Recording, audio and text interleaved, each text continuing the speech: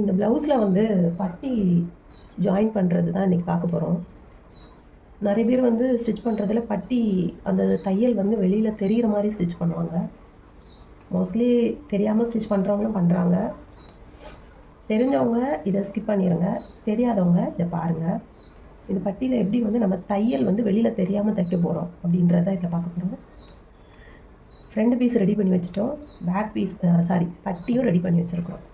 பட்டினா உள்ள ஒரு துணியை வச்சு நம்ம வந்து கீழே மடித்து தைச்சி இந்த 3 பக்கமும் ஓப்பனில் இருக்கும். ஓகேவா? இப்படி வச்சு நம்ம இதை ஜாயின் பண்ண போகிறோம்.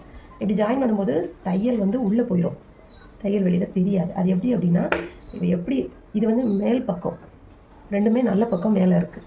இப்போ என்ன செய்யணும், நம்ம எப்படி வந்து தைக்க போகிறோமோ அந்த ஷேப்பில் இதை வச்சுட்டு பட்டியை மட்டும் அப்படியே மேலே டேர்ன் பண்ணி வைக்கணும். டேர்ன் பண்ணி வச்சுட்டு பட்டியில் இப்போ எனக்கு வந்து இதில் 3 துணி இருக்குது. நான் இந்த ஃபர்ஸ்ட்டு ஒரு துணியை மட்டும் பட்டியில் அடியில் உள்ள ஒரே ஒரு துணியை மட்டும் இந்த ஃப்ரண்ட் பீஸோட சேர்த்து தைக்க போகிறேன். ஃப்ரண்ட் பீஸோட அந்த இந்த பட்டியில் 3 பீஸ் இருக்குது, அதில் ஒரு பீஸை மட்டும் வச்சு தைக்க போகிறேன்.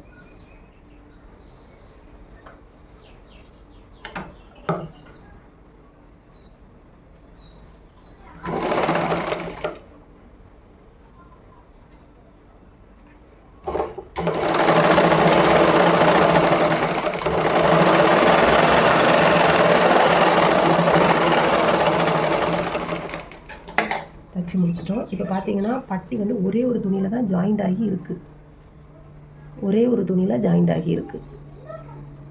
இப்போ என்ன செய்யணும், அப்படியே மேல் பகுதி, இந்த ஃப்ரண்ட் பீஸோட மேல் பகுதியை அப்படியே வச்சுட்டு பட்டியை தச்ச ஒரு துணி மட்டும் அதோட ஜாயிண்டாக இருக்கும், மீதி 2 துணியும் இந்த மாதிரி ஓப்பனாக விரித்து வச்சுட்டு இந்த ஃப்ரண்ட் பீஸை அப்படியே ரோல் பண்ணும்போது இங்கே நம்ம ஜாயிண்ட் அடித்து அந்த தையல் வரும். அதை அந்த பட்டியோட அந்த 2 பீஸ் இருக்குல்ல, அது கூட ஜாயின் பண்ணணும். ஜாயின் பண்ணி அதை அப்படியே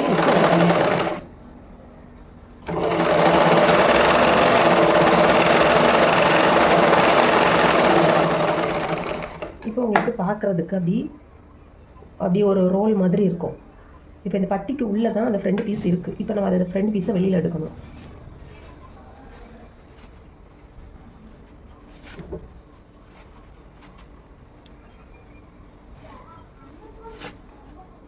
இப்போ நீங்கள் வெளியில் எடுக்கும்போது தையல் வந்து உள்ளே மறைஞ்சிருக்கும். இப்போ பார்த்தீங்கன்னா வெளியிலையும் தையல் தெரியாது, உள்ளேயுமே தையல் தெரியாது.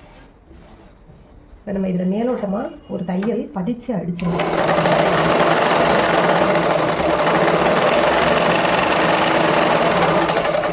நான் ஏற்கனவே ஒரு 1/2 இன்ச்சு நீளமாக தான் இந்த பட்டி வந்து கட் பண்ணியிருந்தேன். அந்த 1/2 இன்ச்சையும் கட் பண்ணி எடுத்துடலாம்.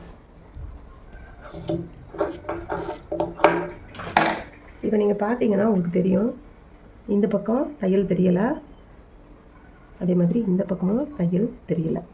பார்க்குறதுக்கு நீட்டாக அழகாக இருக்கும். தேங்க்ஸ்.